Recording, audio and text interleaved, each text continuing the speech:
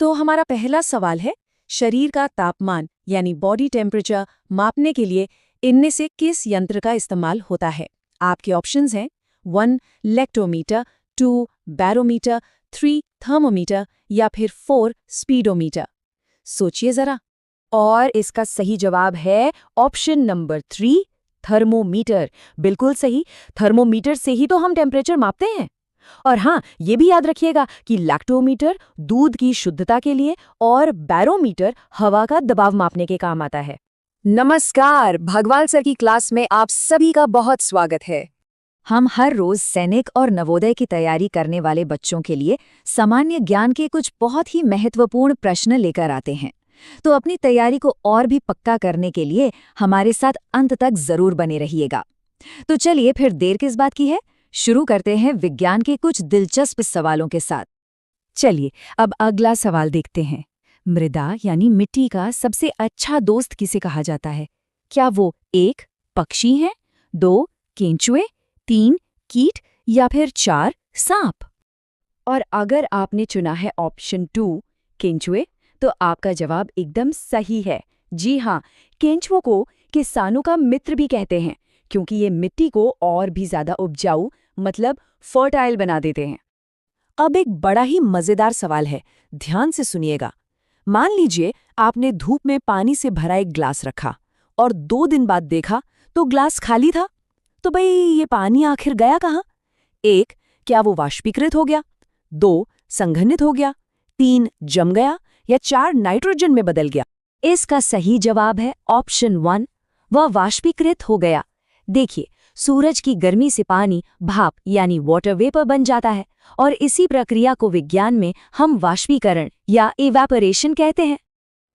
अच्छा, अब सेहत से जुड़ा एक बहुत जरूरी सवाल। अगर किसी को उल्टी और दस्त हो रहे हों तो उसे कौन सा घोल दिया जाता है? क्या वो 1 मिल्क शेक है, 2 नींबू पानी, 3 फलों का रस या फिर 4 नमक और चीनी का घोल? इसका सही जवाब है ऑप्शन 4 नमक एवं चीनी। जी, जब शरीर में पानी की कमी यानी डिहाइड्रेशन हो जाता है तो ये नमक और चीनी का घोल ही शरीर को दोबारा से हाइड्रेट करने में सबसे ज्यादा मदद करता है। हमारा अगला सवाल फूड प्रिजर्वेशन यानी खाद्य संरक्षण से जुड़ा है। आपको बताना है कि इनमें से कौन सा तरीका नेचुरल नहीं है। 1 सुखाना, 2 खाद्य परिरक्षक यानी प्रिजर्वेटिव्स मिलाना, 3 नमक और चीनी का इस्तेमाल करना या 4 अचार बनाना। और यहाँ सही जवाब है ऑप्शन 2 खाद्य परिरक्षक मिलाना। ये एक आर्टिफिशियल तरीका है, मतलब इंसानों द्वारा बनाया गया, जबकि सुखाना, नमक लगाना और अचार बनाना ये सब खाने को बचाने के एकदम प्राकृतिक तरीके हैं। और ये रहा साइंस सेक्शन का आखिरी सवाल। बीजों को कीड़े मकोड़ों से बचाने के लिए डिब्बे में उनके साथ कौन सी पत्तियां रखी जाती हैं?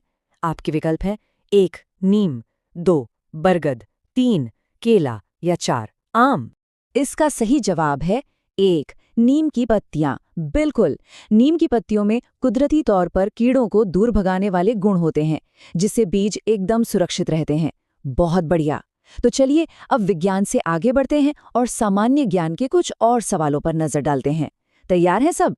सवाल ये है कि हमारे तिरंगे के बीच में जो चक्र है उसमें कुल कितनी तीलियां यानी स्पोक्स हैं? 1 26, 2 24, 3 21 या 4 28?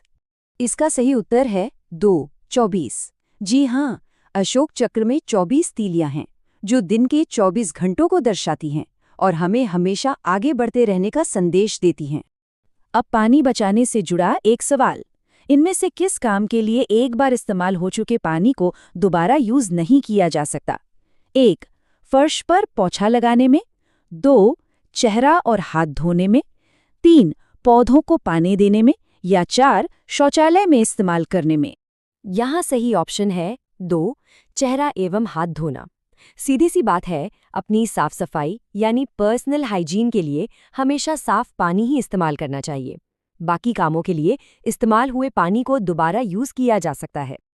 अगला सवाल एक शब्द के मतलब पर है। आपको बताना है कि खूंटी क्या है?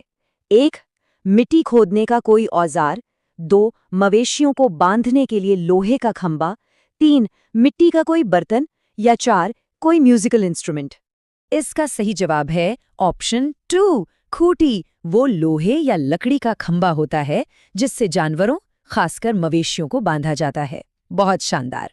और अब बारी है हमारे आज के आखिरी 2 सवालों की, जिनसे हम साहित्य के बारे में अपना ज्ञान पर रखेंगे। ये सवाल तो सबको पता होना चाहिए। महाकाव्य रामायण के रचयिता कौन हैं? 1 वाल्मीकि, 2 वेदव्यास, 3 कालिदास या 4 ज्ञानेश्वर। इसका सही उत्तर है 1 महर्षि वाल्मीकि। जी हाँ, महान महाकाव्य रामायण की रचना का श्रेय महर्षि वाल्मीकि को ही जाता है। और ये रहा आज के इस प्रश्नोत्तरी का आखिरी सवाल। एक बहुत ही प्रसिद्ध रचना है the man eater of Malgudi. इसके लेखक कौन हैं? 1 Rabindranath Tagore, 2 Ruskin bond, 3 R.K. Narayan या 4 G.V. देसानी। और इसका सही जवाब है ऑप्शन 3 R.K. नारायण।